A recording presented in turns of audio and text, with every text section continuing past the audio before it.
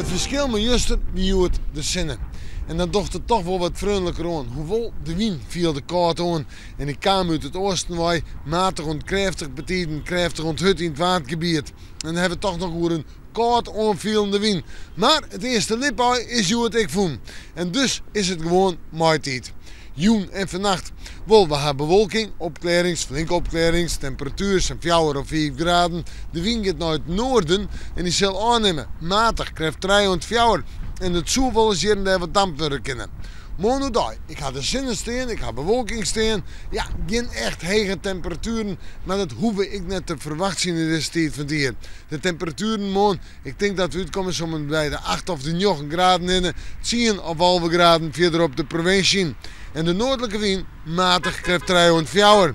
En dan gaan we terug naar de joentijd en de nacht. Dan hebben we stadig gewoon meer en meer bewolking. En dan hebben we door een, ja, misschien letter vandaag in de nacht al wat lichter ruim.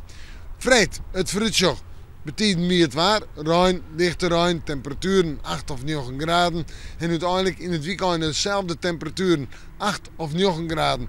Maar er is wel een verschil. In het weekend flink wat zinnen, onder een hoge drukgebied. In de nachten temperaturen om en bij 0, budget op plakken 1 of 2 graden, echte frost. Maar ik had juist er al zijn, ik dat post bij de maand maart. We moeten morgen weer even in het waarschuwen.